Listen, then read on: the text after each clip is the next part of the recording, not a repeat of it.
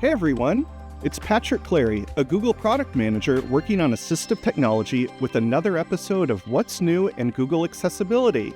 Today we'll be discussing some exciting product updates for Android, YouTube, Pixel, ChromeOS, and Google Research. First, we're excited to share some helpful updates for Android, starting with developments for the blind and low vision community. With a new expanded option for dark theme in the recent Android 16 release, your phone can now automatically darken most of the apps, even those that don't have their own native dark theme. This creates a more consistent and comfortable viewing experience, especially for people with low vision or light sensitivity. And Android's Magnification feature has new updates for those who use a mouse or keyboard with their device. There's a new keyboard shortcut and 3 new mouse following modes for full-screen magnification, which let you customize how the magnification viewport follows your mouse cursor. In centered mode, the cursor stays in the center of the screen, and the magnified viewport moves until it reaches the content's edge. For edge mode, the cursor operates normally until it reaches the screen's edge.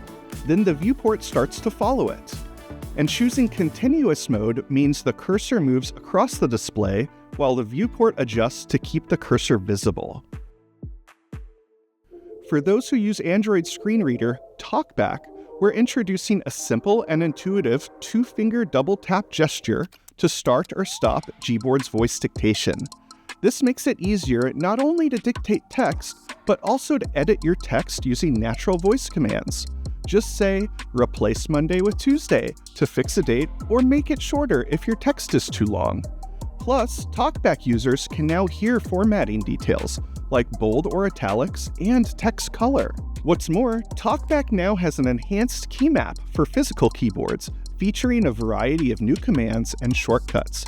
This enhancement includes a browse mode for more efficient web navigation, streamlining navigation and interaction for Talkback users who rely on physical keyboards. You can switch to the enhanced key map in Talkback settings under keyboard shortcuts, and there is also a new keyboard tutorial available to help you learn the key map. Now on to voice access, which lets you swipe, open apps, and navigate your phone with spoken commands. Based on community feedback, we know that needing to physically tap your phone's screen to start voice access can be challenging. Now, once the feature is enabled on your device, you can launch it directly with Gemini. Just say, "Hey Google, start voice access," and begin controlling your phone entirely hands-free.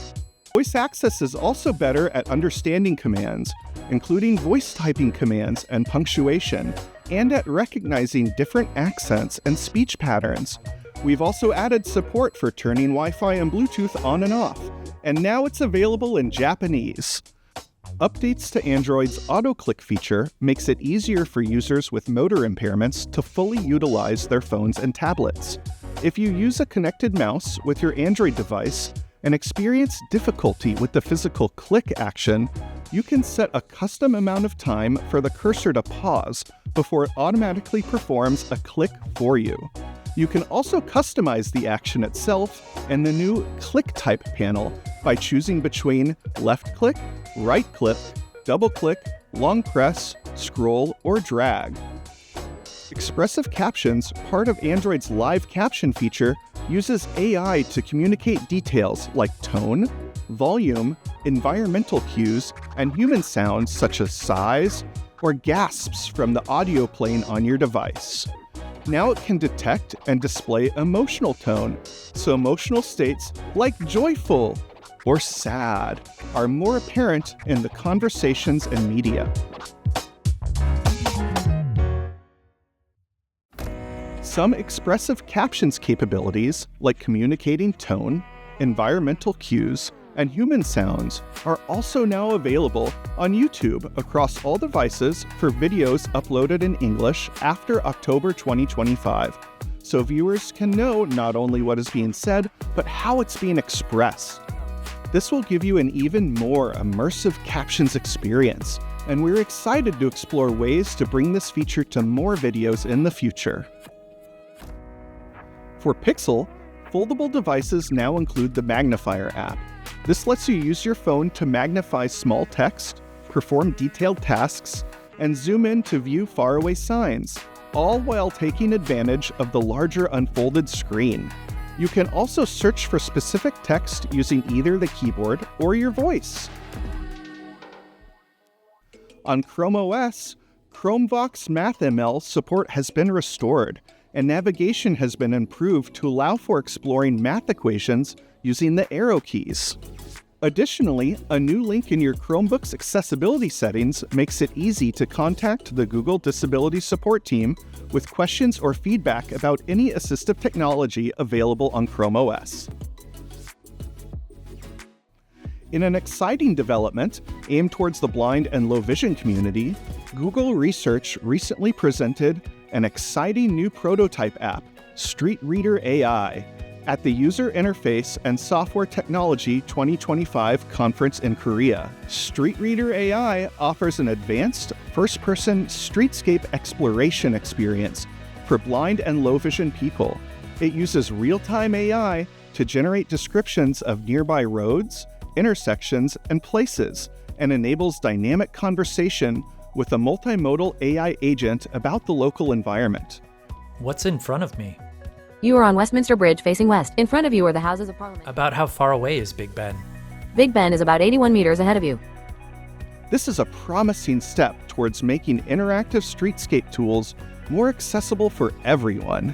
Also new from Google Research is the Natively Adaptive Interfaces, or NAI, Guidebook for software developers, now available on the Google for Developers website.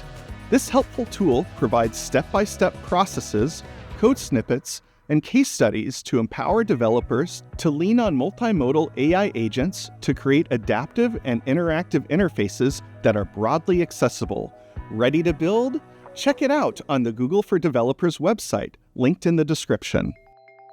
Well, that concludes this episode of What's New in Google Accessibility. Be sure to check out the video description below, where we've provided links and additional details for many of these updates. To stay informed, sign up for our newsletter at g.co/a11y/news, or click the link in the description of the video. Thanks so much for tuning in. See you next time.